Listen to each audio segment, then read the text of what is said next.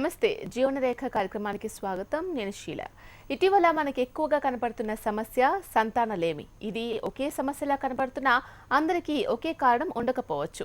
ఎక్కువ మంది మహిళల్లో సంతానలేమికి కారణమవుతున్న థైరాయిడ్, అధిక బరువు, పీసీఓడి, ఫెలోపియన్ ట్యూబ్స్ లో లోపాలు తదితర అంశాలపై మీ సందేహాలకు 49 సంతాన సాఫల్యత కేంద్రం నుంచి డాక్టర్ రాధిక గారు సమాధానాలిస్తారు.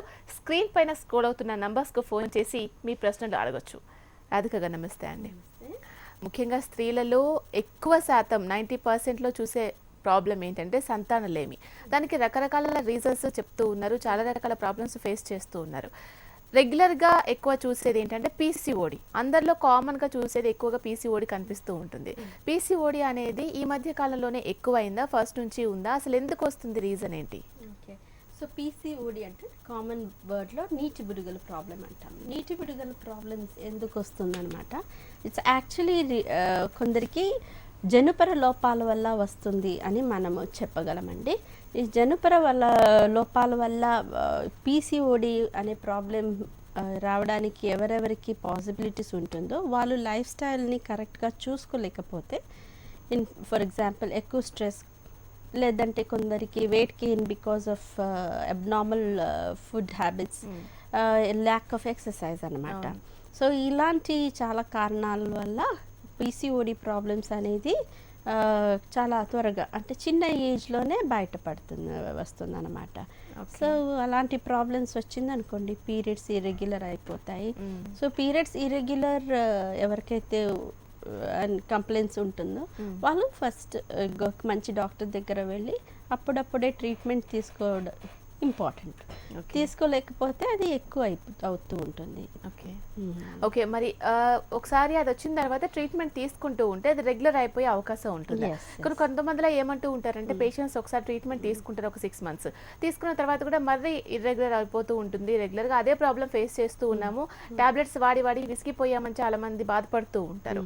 అసలు ఎందుకు అంటే నార్మల్గా ఎందుకు అవ్వదంటారు, ఏం జరుగుతుంది అసలు వాళ్ళల్లో? సో ఇది నీటి బుడగలు ప్రాబ్లమ్స్ నేను చెప్పిన టైప్లో 3 forms ఉంటాయి, మైల్డ్, మోడరేట్, సివియర్ లాగా. ఇన్ కేస్ జనుపర లోపాల వల్ల నీటి బుడగల ప్రాబ్లమ్స్ వచ్చిందనుకోండి, ఆ మైల్డ్ ఫామ్స్లో ఉందనుకోండి ఎక్కువ ప్రాబ్లం ఉండదు. పీరియడ్స్ అంటే నెలసరి కొద్దిగా ఇర్రెగ్యులర్ అవుతూ ఉంటుంది, అది కాకుండా ఇంకా ఏం పెద్ద ప్రాబ్లమ్స్ ఉండదు అనమాట.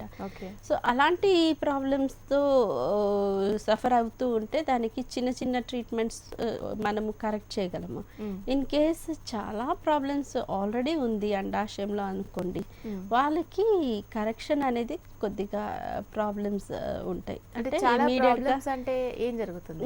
యూజువలీ డిపెండ్స్ అండి. పాలిసిస్టిక్ ఓవరీస్లో చాలా 3 or 4 కేటగిరీస్ ఆఫ్ ప్రాబ్లమ్స్ ఉంటాయి. ఒకటి ఏంటంటే because of excessive androgen hormones, వాళ్ళ హార్మోన్స్ లెవెల్స్లో ఒక male hormones level androgen testosterone అంటాం. అలాంటి హార్మోన్ ఎక్కువ ఉండడం వల్ల కొందరికి పింపుల్స్ కానీ, లేదా male pattern of hair growth అంటాము, ఇంకా వాయిస్ చేంజెస్, అలాంటి చేంజెస్, లేదా వెయిట్ గెయిన్ అనేది ఉంటుందన్నమాట. ఇంకా కొందరికి పీరియడ్ ఇర్రెగ్యులర్ అని, అంటే నెలసరి కరెక్ట్గా రాదు అనేది పెద్ద ప్రాబ్లం అనిపిస్తుంది. వాళ్ళు వస్తారు మన దగ్గర, ఇలాంటి ప్రాబ్లం ఉండడం వల్ల ఇప్పుడు నెక్స్ట్ ఏంటి మేడం అని అడుగుతారు అనుకోండి. దానికి కరెక్ట్ చేయడానికి ట్రీట్మెంట్ చేస్తే వాళ్ళు దే విల్ బి హ్యాపీ అనమాట. ఇంకా కొందరు పిల్లలు కాకుండా పిల్లలు లేరు అని వస్తారు. పీరియడ్స్ ఇర్రెగ్యులర్ ఉంది అంటే డిలే అవుతూ ఉంటుంది కాబట్టి పీరియడ్స్ ఎప్పుడు రెగ్యులర్ ఉంటేనే పీరియడ్స్ వాళ్ళకి ప్రెగ్నెన్సీ ఖచ్చితంగా కరెక్ట్ టైంలో వస్తుందని అందరికీ తెలిసిన విషయం. ఇర్రెగ్యులర్ అయింది అనుకోండి, లేట్గా పీరియడ్స్ వస్తుంది అనుకోండి, ఎప్పుడు ప్రెగ్నెన్సీ అనేది చాలా ప్లానింగ్ అనేది కష్టం అవుతుంది అనమాట. సో అప్పుడు ట్రీట్మెంట్ ఏమి ఇస్తామో అది కొద్దిగా డిఫరెంట్ ఉంటుంది. ఓకే, ఒకవేళ పీసీఓడి అని చాలా మంది ఫేస్ చేస్తూ ఉన్నారు కదా, అది సివియర్గా ఆలోచించాల్సిన ప్రాబ్లమా, లేకపోతే కొంచెం మెడిసిన్ తీసుకొని కొంచెం ట్రీట్మెంట్ తీసుకొని సెట్ చేసుకోవచ్చా? అంటే ఫ్యూచర్లో పిల్లల కోసం ఇది పీసీఓడి అనేది మేజర్ ప్రాబ్లం అయ్యే అవకాశం ఉంటుందా? ఎస్. సో చిన్న ఏజ్లో ఫర్ ఎగ్జాంపుల్ అరౌండ్ 15 ఇయర్స్ 16 ఇయర్స్లో ఒబేసిటీ వల్ల పీసీఓడి లాగా ప్రాబ్లం వచ్చింది అని ఒక డాక్టర్ డయాగ్నోస్ చేశారనుకోండి. సో అప్పుడు మనం ఏం చేసుకోవాలి, కొద్దిగా లైఫ్ స్టైల్ చేంజెస్, ఎక్సర్సైజెస్ అనేది, లేదా మనం ఏం ఫుడ్ ఇస్తాము పిల్లలకి దాన్ని చూసుకోవాలన్నమాట. కరెక్ట్గా లైఫ్ స్టైల్ చేంజెస్ చేసుకొని వెయిట్ని తగ్గించి దాంతో ఇంప్రూవ్మెంట్స్ వస్తుందని చూసుకోవడం ఇంపార్టెంట్ అన్నమాట. తర్వాత అది కాకుండా అయితే నెక్స్ట్ ఏంటి, మెడిసిన్స్ ఇస్తాము. పీరియడ్స్ రెగ్యులర్గా రావడానికి 21 డేస్ లాగా టాబ్లెట్స్ ఇస్తారని అందరికీ తెలుసు. సో అలాంటి టాబ్లెట్స్ ఇవ్వడం not necessary. For example once in 2 months, once in 3 months period వస్తే చాలన్నమాట. అలాంటి కేర్ తీసుకోవాలి. ఎక్కువ టైం పీరియడ్స్ కాకుండా యూట్రస్లో ప్రాబ్లమ్స్ రావచ్చు, అండాశయంలో నీటి బిడుగుల ప్రాబ్లం ఇంకా ఎక్కువ అవుతూ ఉంటుంది. దానికి స్కోప్ ఇవ్వకూడదు. సో అట్లీస్ట్ 2-2.5 months లోపల అన్మ్యారీడ్ గర్ల్స్ అయితే పీరియడ్స్ రావడానికి మెడిసిన్స్ తీసుకోవడం జరుగుతుంది. వన్స్ వన్ ఈజ్ మ్యారీడ్, లేదంటే in case marriage is fixed and they are coming to us just before the marriage అనుకోండి, అప్పుడు ఏమేం ప్రాబ్లం ఉందని చూసుకొని పీరియడ్స్ రెగ్యులరైజ్ చేయడానికి మెడిసిన్స్ ఇవ్వడం. తర్వాత మ్యారేజ్ తర్వాత ఎర్లీ ప్లానింగ్ ఫర్ ప్రెగ్నెన్సీని మనము సజెస్ట్ చేస్తాం. Planning pregnancy will again be help by us. In case కావాలంటే పీరియడ్ కరెక్ట్ కాకుండా వాళ్ళకి కరెక్ట్ ప్లానింగ్ డిఫికల్ట్ ఉంటుంది కాబట్టి కొన్ని మెడిసిన్స్ ఇస్తాం అనమాట. ఆ మెడిసిన్స్తో అండాశయం కరెక్ట్గా ఫంక్షన్ అయ్యి కరెక్ట్ టైంలో అండం విడుదల అవుతుంది కాబట్టి వాళ్ళకి ప్రెగ్నెన్సీ వితౌట్ ఎనీ ప్రాబ్లమ్స్ వస్తే గనక ఏం ప్రాబ్లం ఉండదు. ఓకే, ఫస్ట్ కాలర్ ఉన్నారు విజయనగరం నుంచి పార్థ బాబు గారు. నమస్తే అండి, మాట్లాడండి డాక్టర్ గారితో.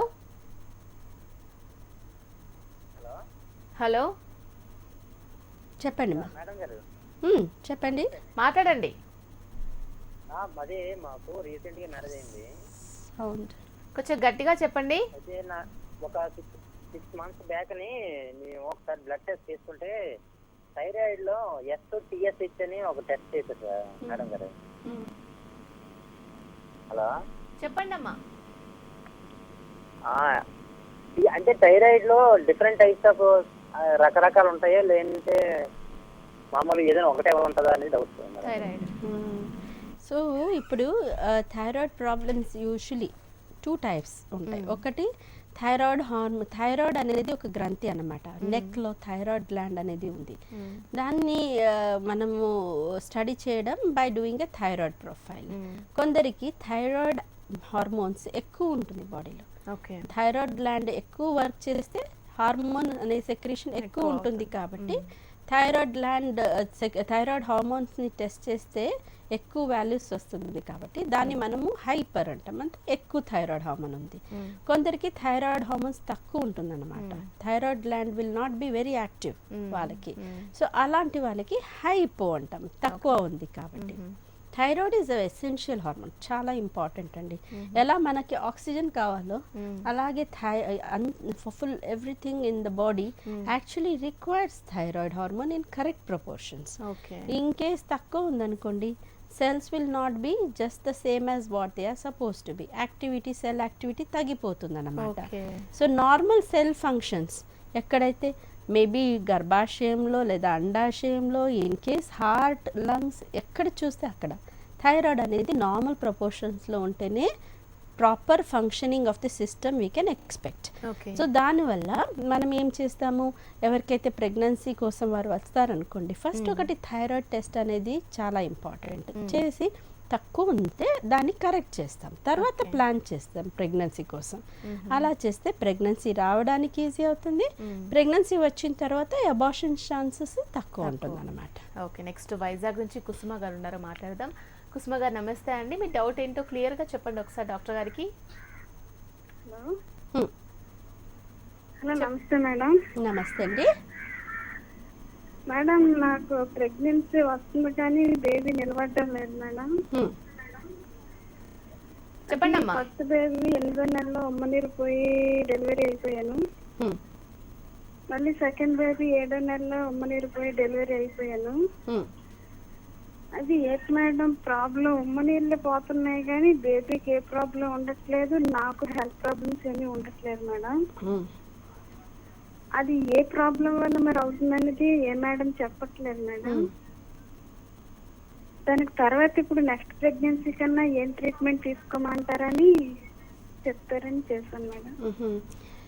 సో ఇప్పుడు 7వ అంటే 7th మంత్ ఒకసారి 8th మంత్ ఒకసారి వాటర్ లీక్ అయిపోయి తర్వాత ప్రెగ్నెన్సీ డెలివరీ అయిపోతాయి. సో ఇన్ కేస్ అలాగైతే నాకు అనిపిస్తుంది వాళ్ళు first of all blood sugar testing అనేది కరెక్ట్గా చేయించుకోవాలి. బీపీ అలాంటి ప్రాబ్లం వచ్చిందా అని చూసుకోవాలి ప్రెగ్నెన్సీలో. దానికి ఫస్ట్ కేర్ తీసుకోవాలి. అది కాకుండా ఇంకా మనము గర్భాశయంని చూసుకోవాలి. ఇంకా నెక్స్ట్ ప్రెగ్నెన్సీ ప్లానింగ్ కన్నా ముందు ఎప్పుడైతే పీరియడ్స్ వస్తుందో అప్పుడు periods 8th day 9th day మంచి ఫర్టిలిటీ స్పెషలిస్ట్ దగ్గర వెళ్తే ఒక స్కాన్ చేసుకోవాలన్నమాట. ఇంటర్నల్ స్కాన్ అది. దాంతో గర్భాశయంలో ఆ షేప్స్ ప్రాబ్లమ్స్ ఉంటాయా, ఆకారంలో ప్రాబ్లం ఉందా అని తెలుస్తుంది అనమాట. కొందరికి గర్భాశయం షేప్స్ డిఫరెంట్గా ఉంటుంది. సో నార్మల్లీ ఎంత స్పేస్ కావాల్సి ఉంటుందో లోపల అలాంటి స్పేస్ కాకుండా అయితే దాన్ని మనం కరెక్ట్ చేయగలము. కొన్ని కండిషన్స్ని మనము కరెక్ట్ చేయగలము. సో కరెక్షన్ చేసిన తర్వాత 3 months తర్వాత ప్రెగ్నెన్సీని ప్లాన్ చేస్తే ఆ ప్రెగ్నెన్సీ కంటిన్యూ అవుతుంది అనమాట. సో స్పెషలిస్ట్ దగ్గర వెళ్ళి ప్రాపర్ అడ్వైస్ తీసుకోవడం వీళ్ళ కేసులో చాలా ఇంపార్టెంట్ అవుతుంది. ఓకే, నెక్స్ట్ విజయవాడ నుంచి ఉన్నారు కాలర్ రాధిక గారు. రాధిక గారు నమస్తే అండి, మీ ప్రాబ్లం ఏంటో చెప్పండి అమ్మా. నమస్తే మేడం, నా పేరు రాధిక, నేను విజయవాడ నుంచి మాట్లాడుతున్నాను మేడం. డౌట్ చెప్పండి. అయితే నా పెళ్ళి 3 years అయ్యింది మేడం. అయితే అప్పటి నుంచి నేను టాబ్లెట్స్ వాడుతున్నాను. వాడుతుంది కానీ ప్రెగ్నెన్సీ ఒక 10 days దాటిన తర్వాత కిట్లో టెస్ట్ చేసుకుంటే లైట్ గా వస్తుంది మేడం. లైట్ గా వచ్చిన తర్వాత మేడం దగ్గరికి వెళ్తే టాబ్లెట్స్ అవి రాస్తున్నారు. వచ్చిన తర్వాత ఒక 5 days లోనే నాకు కనపడుతుంది డేటు, కడుపు నొప్పి విపరీతంగా వచ్చేస్తుంది మేడం. అలా ఇది 3 times అయింది మేడం. ఇలాగా అది పలుచగా వస్తుంది, అది అలా తిప్పుగా రావట్లేదు. ఇప్పుడు 3 సార్లు ఇలాగే అయింది మేడం. నాకు దేనివల్ల తెలియక చేసాం. సో వాళ్ళు పీరియడ్స్ మిస్ అయిన తర్వాత ప్రెగ్నెన్సీ టెస్ట్ చేస్తే లైట్గా పాజిటివ్ వచ్చేసి తర్వాత పీరియడ్స్ వస్తుందని అంటారు వాళ్ళు. ఓకే, సో ఏంటంటే ప్రెగ్నెన్సీ టెస్ట్ ఒకసారి పీరియడ్ మిస్ అయింది అనుకోండి, ప్రెగ్నెన్సీ టెస్ట్ చేశాక నార్మల్లీ మనకు అందరూ ఎప్పుడైతే ప్రెగ్నెన్సీ ఎర్లీ స్టేజెస్లో ఉంటుందో అప్పుడు ప్రెగ్నెన్సీ టెస్ట్ మనము టెస్ట్ చేసి చూస్తే లైట్గానే ఉంటుంది, అది అబ్నార్మల్ కాదు. 2 లైన్స్లో ఇంకొక లైన్ లైట్గానే ఉంటుంది. సో అప్పుడు మనం బ్లడ్ టెస్ట్ చేసి చూస్తాం ఎంత ఉంటుంది వాల్యూ అని, సీరం బీటా హెచ్సిజీ అంటాము. ఆ వాల్యూస్ ఆఫ్టర్ 48 hours రిపీట్ చేస్తే కరెక్ట్గా డబల్ అవ్వాలి. ఆల్మోస్ట్ అట్లీస్ట్ 60-70% ఇంక్రీజ్ ఉంటుంది అనుకోండి, అది హెల్తీ ప్రెగ్నెన్సీ అన్నమాట. సో వీళ్ళు కేర్ తీసుకోవాలి. Beginning of the pregnancy it self కొన్ని హార్మోనల్ సపోర్ట్స్ అని దొరుకుతాయి, మెడిసిన్స్ ఉంటాయి, దాన్ని ఇస్తాం మనం. ఇస్తే గనక ఇలా ప్రెగ్నెన్సీ వీక్ ఉంది కాబట్టి వాళ్ళకి అలా ప్రెగ్నెన్సీ అబార్షన్ అయిపోతుంది కాబట్టి ఇలాంటి హార్మోనల్ సపోర్ట్ ఇవ్వడం వల్ల స్టార్టింగ్ అంటే ఎప్పుడైతే పీరియడ్స్ మిస్ అవుతుందో అప్పుడు వెంటనే స్టార్ట్ చేసేయాలి. చేసిన తర్వాత ప్రెగ్నెన్సీ స్ట్రెంగ్త్ పెరుగుతుంది కాబట్టి ఇలాంటి ప్రాబ్లమ్స్ రాకుండా చూసుకోవచ్చు అనమాట. ఓకే, జీవన తిరుపతి నుంచి గాయత్రి ఉన్నారు, కాలర్ మాట్లాడదాం. గాయత్రి గారు, మీ ప్రాబ్లం చెప్పండి డాక్టర్ గారికి. 3 years అయింది మ్యారేజ్ అయ్యి. 1 year తర్వాత బేబీ కోసం అని వెళ్ళాము. వెళ్తే థైరాయిడ్ టెస్ట్ చేశారు. థైరాయిడ్ టెస్ట్ చేసిన తర్వాత మా థైరాయిడ్కి టాబ్లెట్స్ యూస్ చేస్తున్నా. తర్వాత మళ్ళీ ఒకసారి వెళ్తే హెచ్ఐవి ఉంది అని చెప్పారు. హెచ్ఐవి ఉందని చెప్పారు. నేను ఏదైనా బేబీ కోసం ప్లాన్ చేయాలంటే ఏదైనా సోర్స్ ఉందా, వేరే సోర్స్ ఏదైనా ఉందా పెట్టడానికి కానీ అలా? సో ఇప్పుడు ఏంటంటే యాంటీ రెట్రోవైరల్ థెరపీ అని హెచ్ఐవికి ట్రీట్మెంట్ ఉందనుకోండి. ఓకే, అలాంటి ట్రీట్మెంట్లో మనం ఏం చేస్తామంటే వాల్యూస్ ఆఫ్ వైరల్ లోడ్ అని చెప్తాం, వైరస్ ఎంత ఉంది మన బాడీలో అని చూసుకోవడం జరుగుతుంది. అవి చెక్ చేసుకున్నామండి, అన్ని నార్మల్గా ఉన్నాయి. కంటిన్యూ చేసేయాలి, మీరు ట్రీట్మెంట్ కంటిన్యూ చేసేయాలి. కంటిన్యూ చేస్తే గనక chances of baby getting the disease చాలా తక్కువ ఉంటుందండి. Okay. కరెక్ట్గా అది వైరల్ లోడ్ అనేది నార్మల్ లిమిట్స్లో ఉండి వాళ్ళ CD4 కౌంట్ కరెక్ట్ ప్రపోర్షన్స్లో మనం మెయింటైన్ చేసి తర్వాత ప్రెగ్నెన్సీ కోసం ట్రై చేసేయండి అని చెప్తాం. అప్పుడు యాంటీ రెట్రోవైరల్ థెరపీ అంటే హెచ్ఐవికి మెడిసిన్స్ ఏమి ఇవ్వాలో దాన్ని కంటిన్యూ చేస్తామన్నమాట. కొన్ని ప్రెగ్నెన్సీ సేఫ్ హెచ్ఐవి డ్రగ్స్ ఉంటాయి, దాన్ని కంటిన్యూ చేసి ప్రెగ్నెన్సీలో కేర్ తీసుకుంటే కనుక కొంచెం కేర్ తీసుకోవాలి. అందరికీ తెలుస్తుంది డాక్టర్స్ వాళ్ళకి. కేర్ తీసుకుంటే కనుక డెలివరీ తర్వాత బ్రెస్ట్ ఫీడ్ ఒకటే చేయలేకపోతారు వాళ్ళు అంతే. అది కాకుండా డ్యూరింగ్ ప్రెగ్నెన్సీ కేర్ వల్ల లేదా డ్యూరింగ్ డెలివరీ ఏం కేర్ తీసుకుంటారో దానివల్ల chances of transmission of disease is very less అనమాట. So one can try for pregnancy without any problem అండి. అంటే వాళ్ళకి ఒక భయం ఉంటుంది కదా మేడం, మాకు ఉంది బేబీకి వచ్చే ఛాన్సెస్ మేబీ ఎక్కువ ఉండొచ్చు, ఎంత డాక్టర్స్ చెప్పినా కూడా వాళ్ళకి ఆ భయం ఉండొచ్చు. సో అందుకే వేరే సోర్స్ ఏమైనా ఉందా అని అడుగుతున్నారు. అది కాకుండా వేరే ఏమైనా ప్లాన్ చేసుకోవచ్చు అంటే వాళ్ళు కనడం కాకుండా ఇంకేదైనా సోర్స్ ఉందా వాళ్ళకి? అలాగే mostly because lady is affected కాబట్టి, బికాస్ యూట్రస్లో ప్రెగ్నెన్సీ పెరగాలి కదా. Without blood and blood products coming to the baby it is not possible for the baby to grow. So blood contains the virus. No so for her to carry a pregnancy if she wants totally నాకు వద్దు అనిపిస్తే next ఏంటంటే surrogacy అనేది. Surrogate అంటే you know other lady hiring womb అంటాం కదా.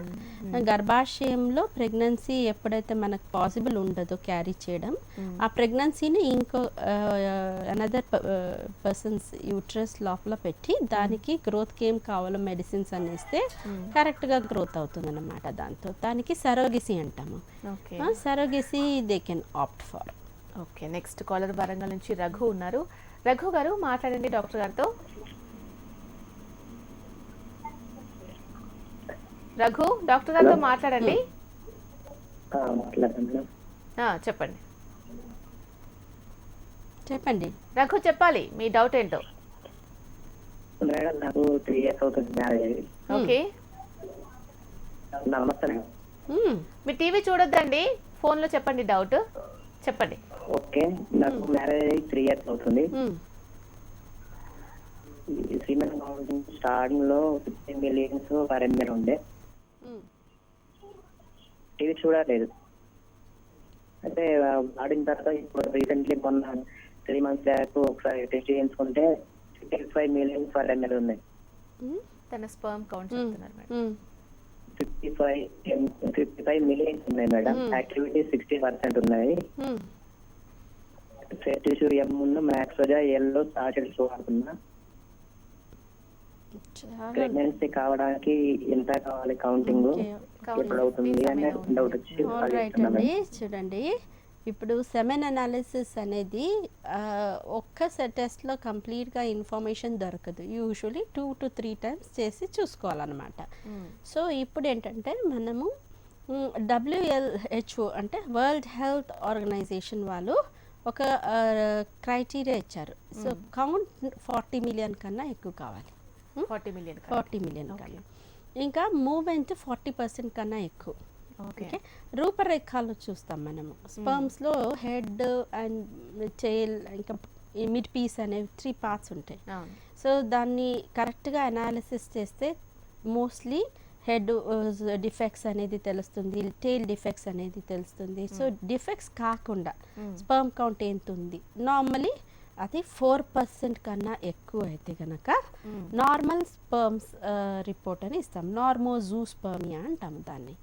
So అప్పుడు ఏంటంటే 4% అని మనం ఏం చెప్తామో అది చాలా తక్కువ అనిపిస్తుంది. బట్ ఎవరైతే స్ట్రిక్ట్లీ చేస్తారు స్పర్మ్ అనాలిసిస్ వాళ్ళ దగ్గర వెళ్తే 4% కన్నా ఎక్కువ అయితే అది నార్మల్ అన్నమాట. ఎవరికి తెలియదు చేయడానికి సెమెన్ అనాలిసిస్ ఎలాంటి క్రైటీరియాస్ ఉంటాయి దాని నాలెడ్జ్ కాకుండా అయితే వాళ్ళకి ఇలాంటి రిపోర్ట్స్ ఇవ్వడం also they will not know.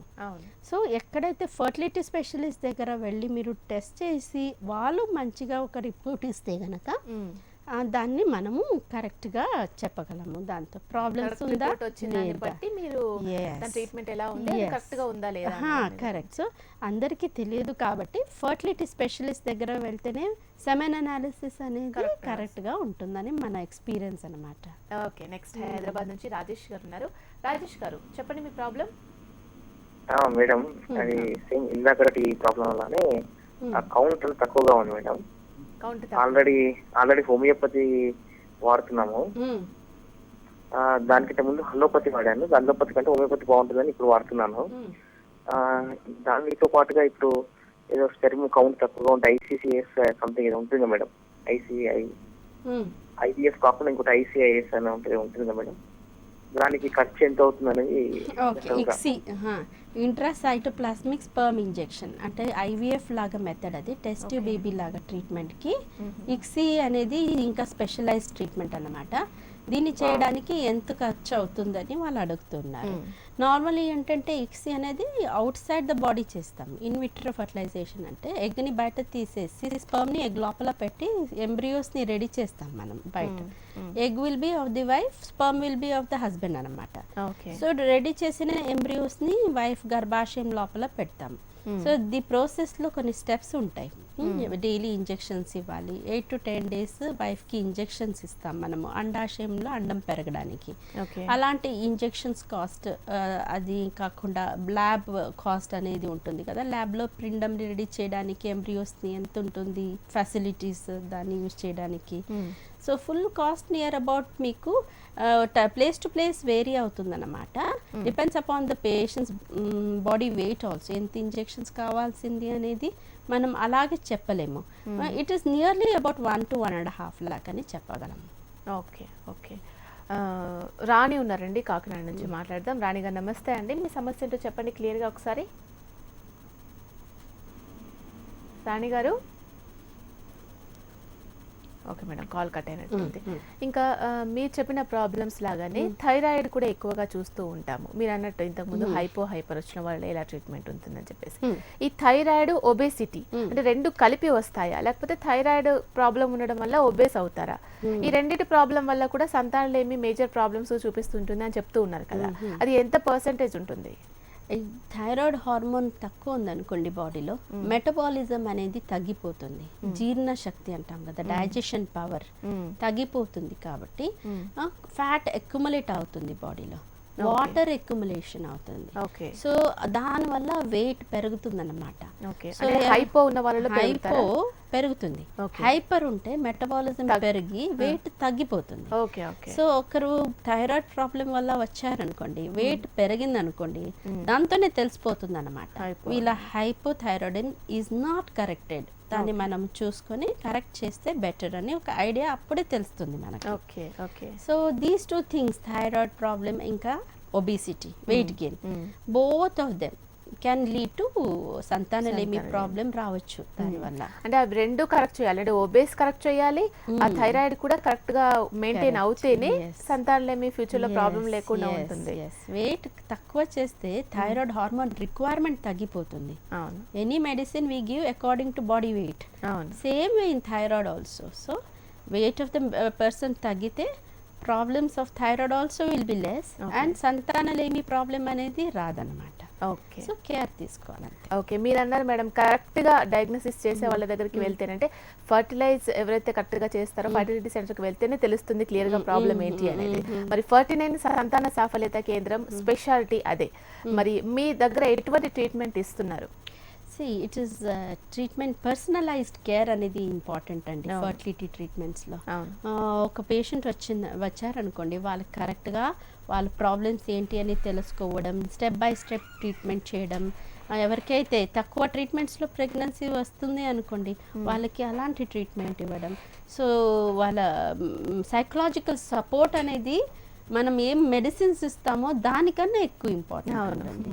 So అలాంటి ట్రీట్మెంట్ మన హాస్పిటల్లో ఖచ్చితంగా దొరుకుతుంది. చాలా they can come with the free mind అనమాట, ఖచ్చితంగా. Okay, thank you so much madam. Thank you, valuable advice ఇచ్చారు. Thank you so much. Thank you. ఇది వాళ్ళ జీవన రేఖ. తర్వాత HMTV న్యూస్ ప్రసారం అవుతుంది. నమస్తే.